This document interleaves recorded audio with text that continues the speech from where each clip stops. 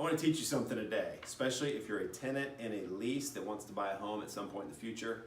If not, you've been there.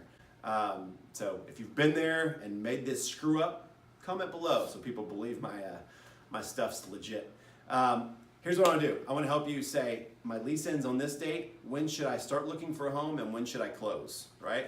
Come with me. We've kind of drawn it out in an example scenario. Our goal here is twofold. One, we don't want to have double payments. By double payments, we don't want to have a mortgage payment and a rent payment due at the same time. The other thing we want to do is we want to have some overlap in occupancy. We want to be able to have a time period where we can move out, do some repairs, renovation, those sorts of things. Want to paint. Don't worry about moving all your stuff in the middle of the home and then feeling like you're living through a disaster zone. Make it easier on yourself. Trust me on this. Here's the scenario example. We're closing on October 1st on our lease. So we're going to effectively be homeless the month of October if we haven't closed. In order to have some overlap, we need to be closing either the 1st of August through middle of September. Here's how we got to that. Our closing target will give us some overlap without doubling our payments. So payments are made in arrears.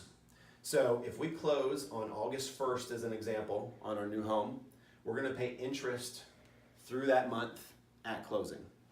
Our first payment will not be until October 1st, right? So we've made our last rent payment on September 1st and our first mortgage payment on October 1st. Let's do another little example of that. If we closed on September 1st, we're going to have about a month of overlap. We're going to pay interest through the end of the month, and we're not going to have a payment until the 1st of November.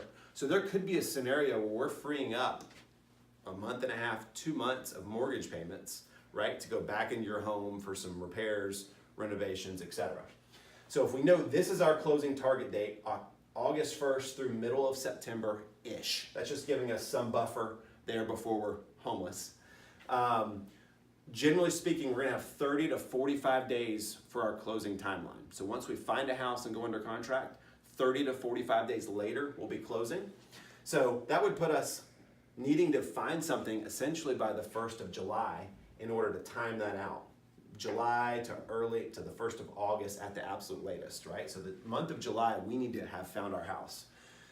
If we want to give ourselves any buffer to find our house, and please do, because don't call me and say we've got to be in something tomorrow. It's very difficult to do, especially in low inventory environment. Let's give ourselves a 45-day period. We need May to mid-June to be looking to ultimately find our house, July to August to be closing, August to mid-September to be having a house with some overlap without making double payments. Hope that makes sense. If it doesn't, give us a shout. We want to walk you through it. Make sure you're maximizing this huge event in your life. Thanks so much.